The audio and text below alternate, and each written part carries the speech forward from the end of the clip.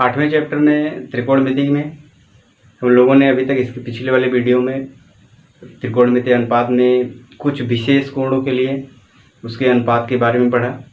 कोणों के मान कितने होते हैं, 0 अंश, 30 अंश, 45 अंश, 60 अंश और 90 अंश के लिए त्रिकोणमिति अनुपात के मान कितने होते हैं और उसको कैसे हम प्राप्त करते हैं, उसके लिए हम सरल तरीका भी बताया था। तो ये सब मान याद करके हम इसके आगे वाली प्रश्नावली में इसके क्वेश्चंस में जो है उसके मान को रखना होगा, जो कि याद करना ही पड़ेगा। तो और उसके पीछे वाले वीडियो में देखे त्रिकोणमिति अनुपात क्या होता है, तो उसके अनुपात पे और कोणों के लिए अनुपात के मान पर आधारित क्वेश्चन है इसमें। तो हम देखेंगे आज प्रश्नावली 8.2। तो 8.2 में जो भी क्वेश्चन है उसको सॉल्व करेंगे। इसमें देखिए पहला क्वेश्चन तो दिया गया है, उसमें कह रहा है कि निम्नलिखित प्रश्नों के मान ज्ञात कीजिए। जो भी क्वेश्चंस दिए गए हैं उसके मान ज्ञात करने हैं। 5-6 क्वेश्चन इसमें हैं। तो मान ज्ञात करने का मतलब क्या है कि ये जो sin 60 अंश cos 30 अंश दिया गया है, इन सब का मान हम पिछली क्लास में ज्ञात कर चुके हैं।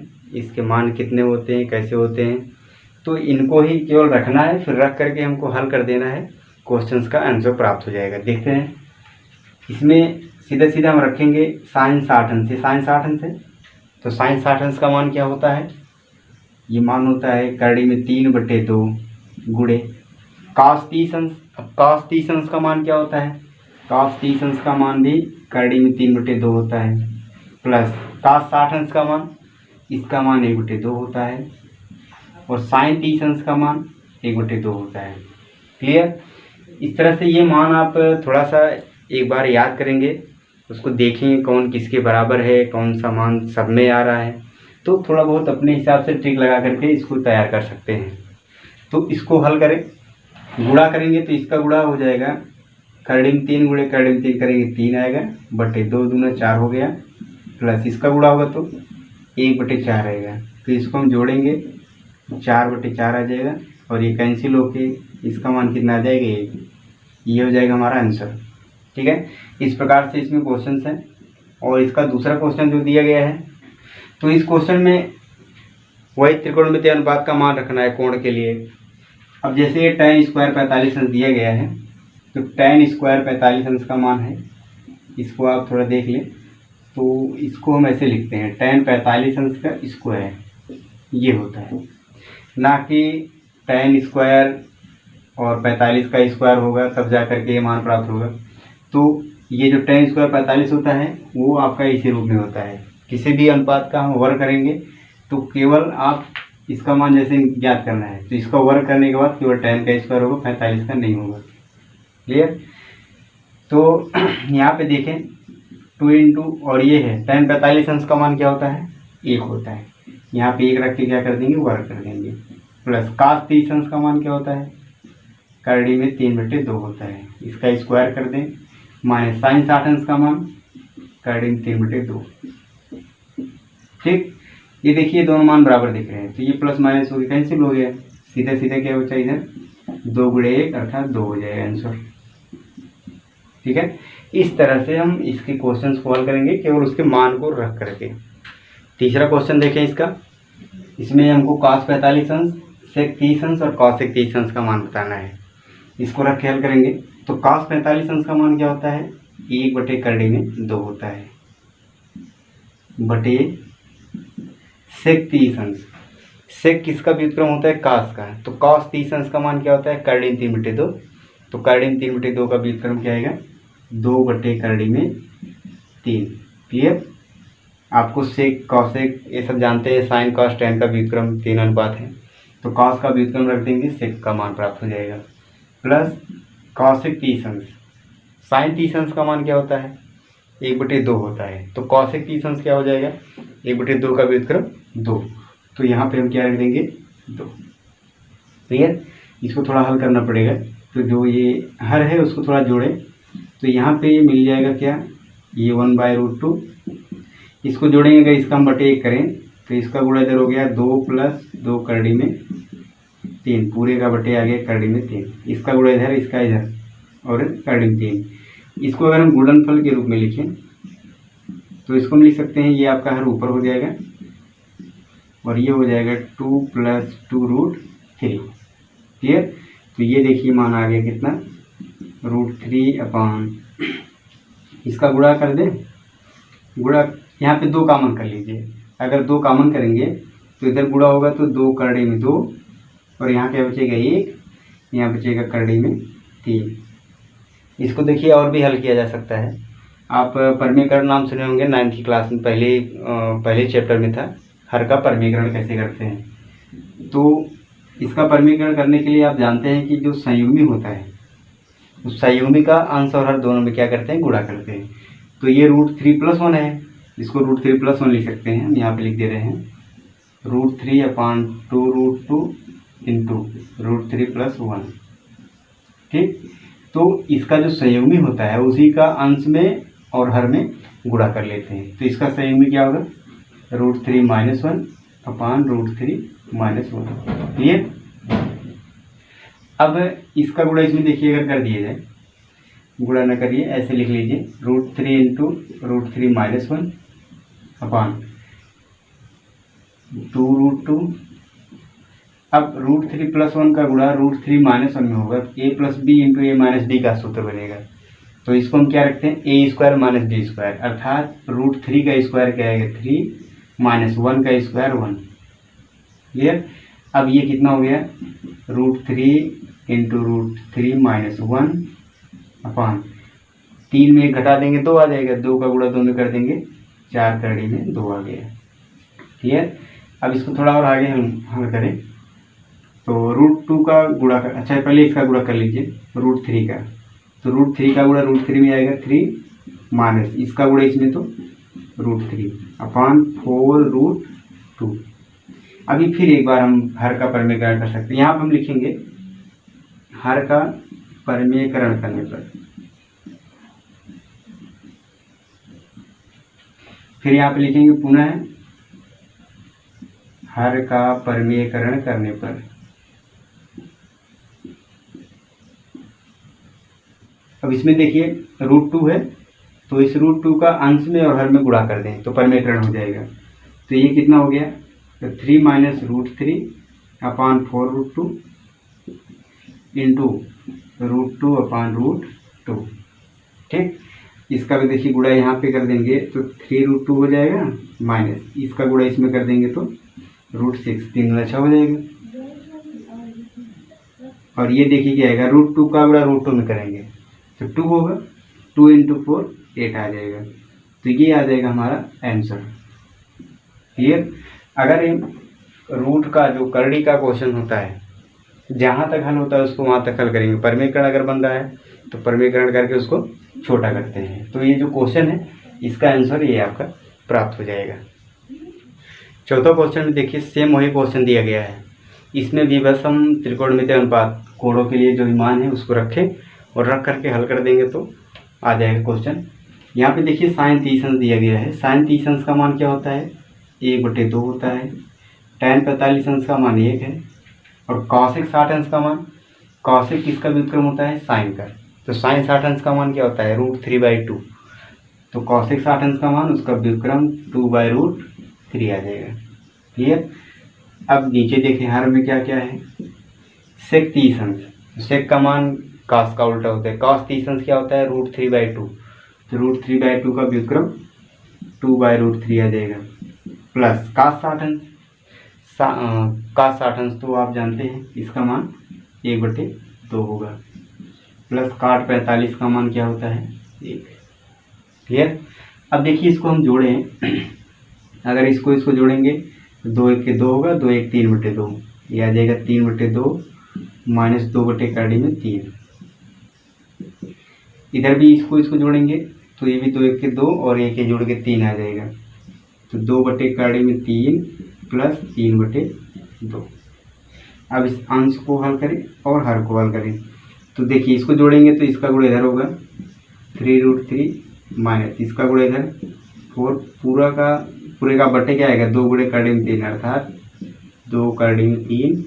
इसी प्रकार से हर में गुणा करेंगे, इसको हल करेंगे तो 2 का गुणा 2 में 4 हो गया प्लस इसका गुणा यहाँ पे 3√3 3 अपान इसका गुणा इसके साथ, तो 2√3 आ जाएगा। तो ये हर जो है दोनों का कैंसिल हो जाएगा और फिर बचेगा क्या, 3√3 माइनस 4। इसको हम इस तरह लिख सकते हैं, आगे पीछे कर सकते हैं, प्लस में है 3√3 प्लस 4।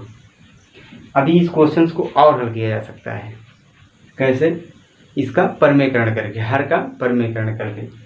हर का देखिए अगर हम परमीकरण करेंगे, यहाँ प्लस है तो माइनस का गुणा करना होगा, तो यहाँ पे लिख देंगे हर का परमीकरण करने पर। तो ये पहले हम पूरा ये भिन्न उतारेंगे, फिर उसके बाद गुणा करेंगे। तो इसका सही में क्या होगा, यहाँ प्लस है बस माइनस कर दे, 3√3 माइनस 4 अपान 3√3 माइनस 4। अंश में देखिए अगर इसका हम गुणा करेंगे तो ये दोनों सेम दिख रहा है, यहाँ में संख्या सेम दिख रहा है, तो इसका वर्ग हो जाएगा 3√3 माइनस 4 का स्क्वायर अपान, ये देखिए a प्लस बी और ये minus b, a plus b into a minus b का गुणा करेंगे तो a square minus b square आएगा। इसका मतलब लिख सकते हैं 3√3 का स्क्वायर माइनस 4 का स्क्वायर। क्लियर। अब इसको देखिए हम करें a minus b whole square फार्मूले पे, तो पहले होता है a का स्क्वायर, इसका स्क्वायर करेंगे कितना आएगा, 3 का वर्ग 9, इसका 3 गुणे 9 27 आ जाएगा, प्लस 4 का वर्ग 16 माइनस 2 ये भी, अर्थात 2 इंटू 3√3 इंटू 4 अपान, इसका देखिए वर्ग होगा, तो 3 का वर्ग 9 हो गया, इसका वर्ग 3, तो 9 गुणे 3 करेंगे 27 माइनस 4 का वर्ग हो गया 16। क्लियर। अब देखिए इसको हम जोड़ें तो 43 आ गया, माइनस से कितना हो गया, 3 दूनी 6 चौके 24, करड़ी में 3 बटे, इसको घटाया जाए तो ये आ जाएगा 11। तो इसको और हल किया जा सकता है बस, तो ये हमारा आ जाएगा आंसर। क्लियर। तो इस प्रकार जो क्वेश्चन है बस उसके मान को हम रखें, मान को बढ़िया से याद कर लें, तो इसमें क्वेश्चन रखने के बाद उसको हल कर देंगे तो आंसर प्राप्त हो जाएगा। पांचवा क्वेश्चन देखते हैं। दिया गया है कि 5 cos स्क्वायर 60 अंश और इससे एक है 10 है साइन cos, तो इनका मान रखें।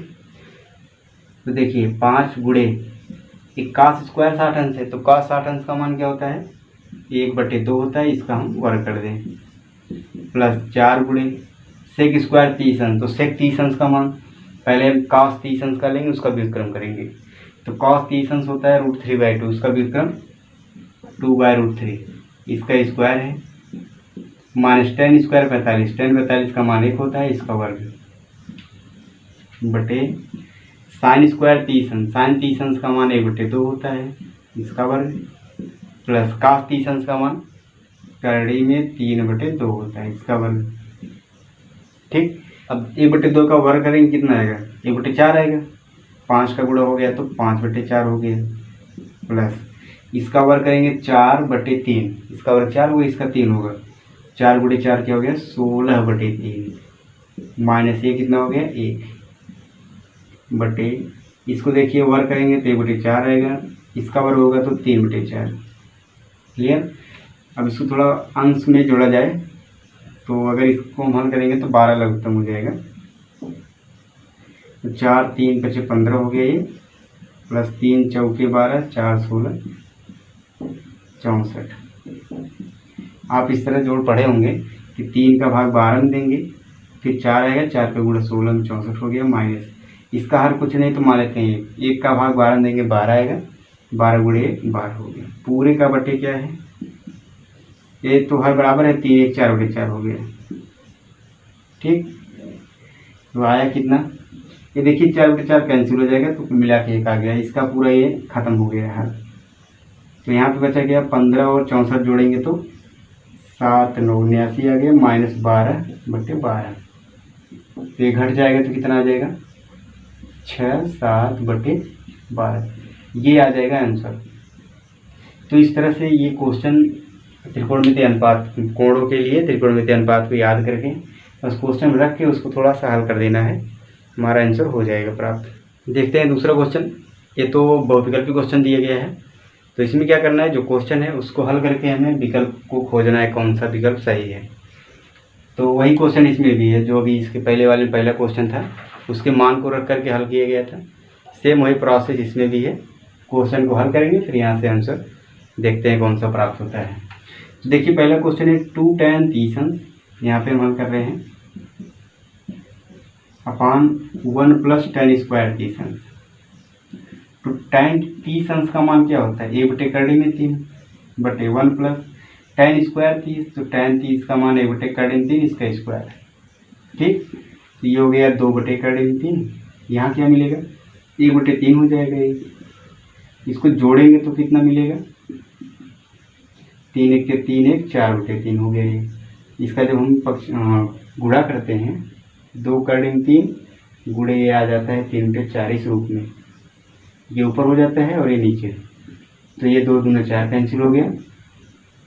3 और 3 कैंसिल करेंगे तो इसको हम 3 गुणे 3 लिख सकते हैं। इस तरह से इस तरह लिख सकते हैं 3 को।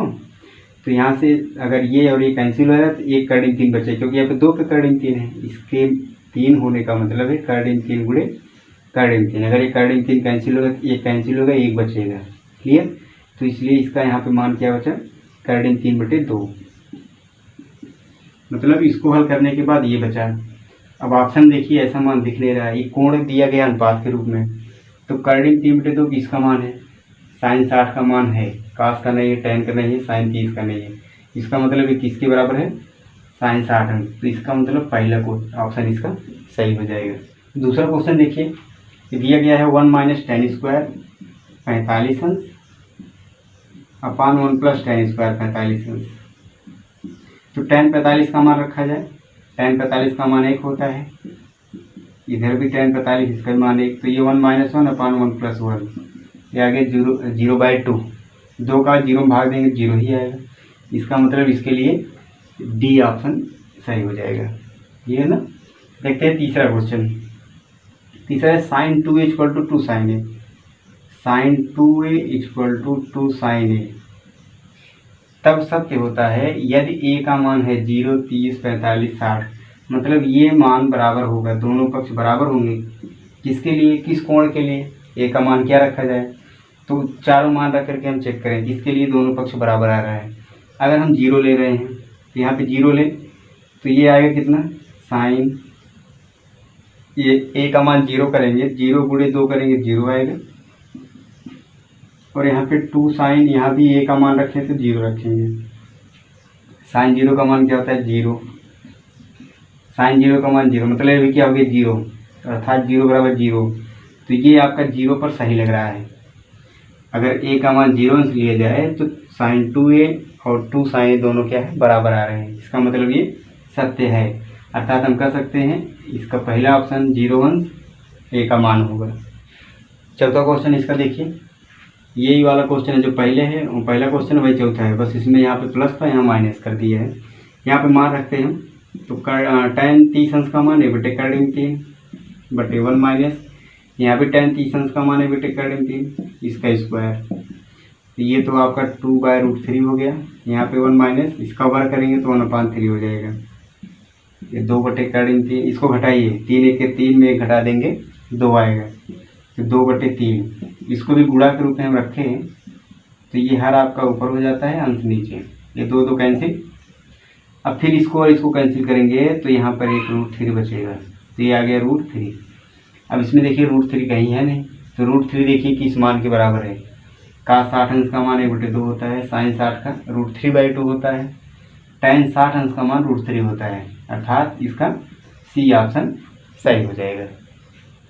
देखिए इसका तीसरा क्वेश्चन दिया गया है, 2 कोण दिए गए हैं, tan के 2 अनुपात में आपके कोण दिए गए, tan a + b = 3, tan a - b = 1/3।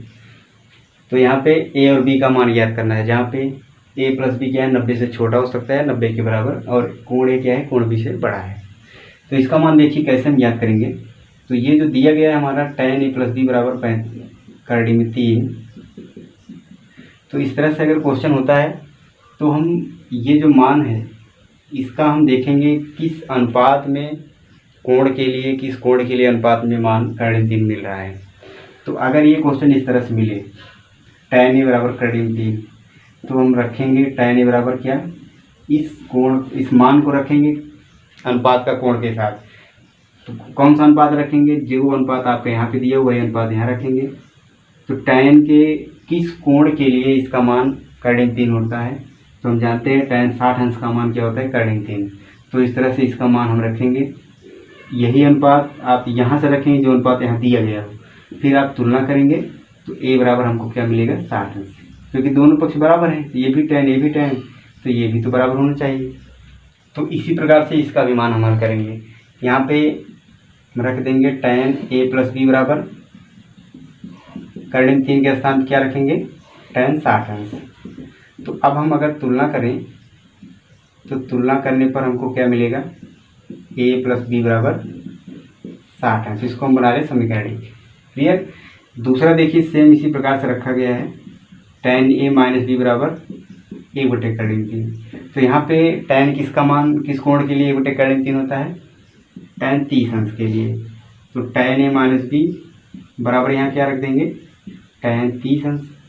फिर यहाँ पे अगर हम तुलना करें तो तुलना करने पर हमको मिलेगा a माइनस बी बराबर 30 अंश। ये हो गया समीकरण 2। क्लियर? अब दोनों समीकरण को हम हल करें। कैसे हल करते हैं? समीकरण युग्म के बारे में हमने पढ़ा है, विलोपन विधि, प्रतिस्थापन विधि, वज्र गुणन। इन 3-4 विधियों से क्वेश्चंस को हल करते हैं। तो यहाँ पे देखिए प्लस बी है माइनस बी, दोनों समीकरण को जोड़ दें तो विलोपन विधि से हो जाएगा। समीकरण 1 और 2 जोड़ने पर तो समीकरण 1 क्या है? समीकरण 1 है a प्लस बी बराबर 60 अंश और दूसरा है a माइनस बी बराबर 30 अंश। तो इसको जोड़ेंगे तो कैंसिल होगा, a और a जोड़ के 2a आएगा और ये 90 अंश। तो a बराबर क्या मिल गया? कैंसिल होके 45 अंश। और a का मान समीकरण 1 में रख दिए गए। a का मान 45 है, 1 में यहाँ इस स्थान पर रख देंगे। तो ये हो गया 45 अंश प्लस b बराबर 60 अंश। तो यहाँ से b बराबर क्या आ गया?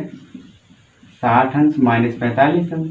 तो कोण b मिल गया कितना? 15 अंश। तो इस प्रकार से a और b का मान प्राप्त होगा। यही हमारा क्या हो जाएगा? आंसर। चौथे क्वेश्चन में सत्य और असत्य कथन को छांटना है। कौन सा कथन सत्य है, कौन सा असत्य है, देखते हैं।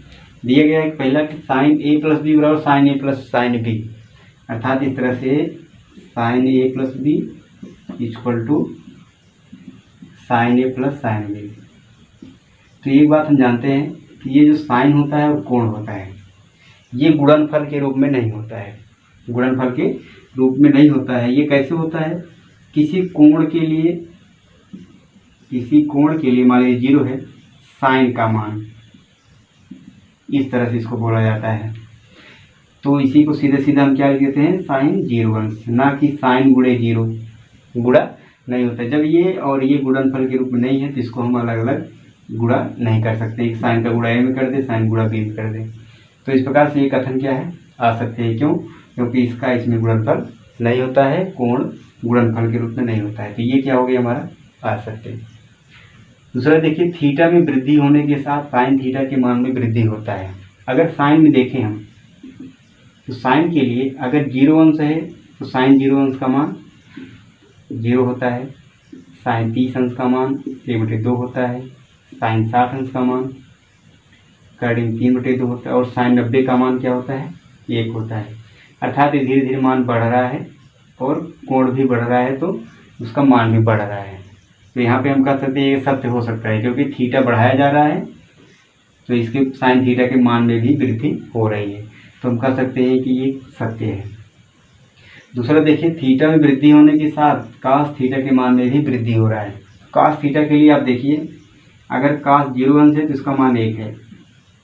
कास 30 अंश है तो इसका मान कर्डिंग 3/2 है। कास 60 है तो इसका मान 1/2 है। या कास 45 है, छोड़िए इसको, कास 90 है तो इसका मान 0 है। इस प्रकार से ये मान जो है घट रहा है। क्या हो रहा है? घट रहा है। भाई 1 हुआ, फिर कर्डिंग 3/2 हुआ, फिर और कम हुआ, फिर 0 हो गया। तो हम देख रहे हैं कि कोण बढ़ाने पर इसके मान जो है घटते चले जा रहे हैं। तो हम यहाँ पे कह सकते हैं कि थीटा में वृद्धि होने के साथ कास थीटा के मान में वृद्धि नहीं हो रहा है। तो ये कथन क्या होगा? असत्य होगा। दूसरा देखिए, थीटा के सभी मानों पर साइन थीटा बराबर कास थीटा, साइन थीटा बराबर कॉस थीटा। क्या ये सत्य हो सकता है? अगर हम साइन 30 अंश रखें और यहाँ भी 30 अंश रखें, क्या ये दोनों बराबर आएंगे? साइन 30 अंश का मान 1/2 होता है, इसका मान कड़ी 3/2 होता है, तो क्या ये दोनों बराबर हैं? बराबर नहीं है। तो हम कह सकते हैं कि सभी मानों के लिए ये बराबर नहीं है, अर्थात ये सत्य नहीं है। अगला है a बराबर 0 पर cot a परिभाषित नहीं है। तो cot a मतलब 0, cot 0 अंश को बताना है कि परिभाषित नहीं है। तो आप जानते हैं cot 0 का मान, आप cot को लिख सकते हैं cos बटे साइन, अर्थात cos 0 अंश बटे साइन 0 अंश। तो cos 0 का मान 1 होता है, साइन 0 का मान 1 होता है। जब 0 भाग 1 में देंगे तो ये अपरिभाषित ही आएगा, अर्थात a बराबर 0 पर cot a परिभाषित नहीं है। ये बात सत्य है। ठीक, इस तरह से हम सत्य और असत्य को छाटेंगे। तो जो भी क्वेश्चन इसमें है प्रश्नावली में, वो त्रिकोणमितीय अनुपात, कोणों के लिए त्रिकोणमितीय अनुपात पर ही आधारित है। और ये बहुत ही इम्पोर्टेंट आपका है चैप्टर, क्योंकि जो भी त्रिकोणमिति हम पढ़ेंगे आगे, उसका बेसिक हम यहीं से देखेंगे। अनुपात भी पढ़ चुके हैं, ये 0 से लेकर 90 तक कोणों के लिए अनुपात का मान भी पढ़ चुके हैं, जो कि हमें याद करना बहुत ही ज़रूरी है। आगे आने वाली सभी क्लासों में ये मान मिलेंगे और इसका प्रयोग मिलेगा, और भी क्वेश्चन इस पर मिलेंगे, जिसमें हमें इन बेसिक रूल्स का आवश्यकता पड़ेगी।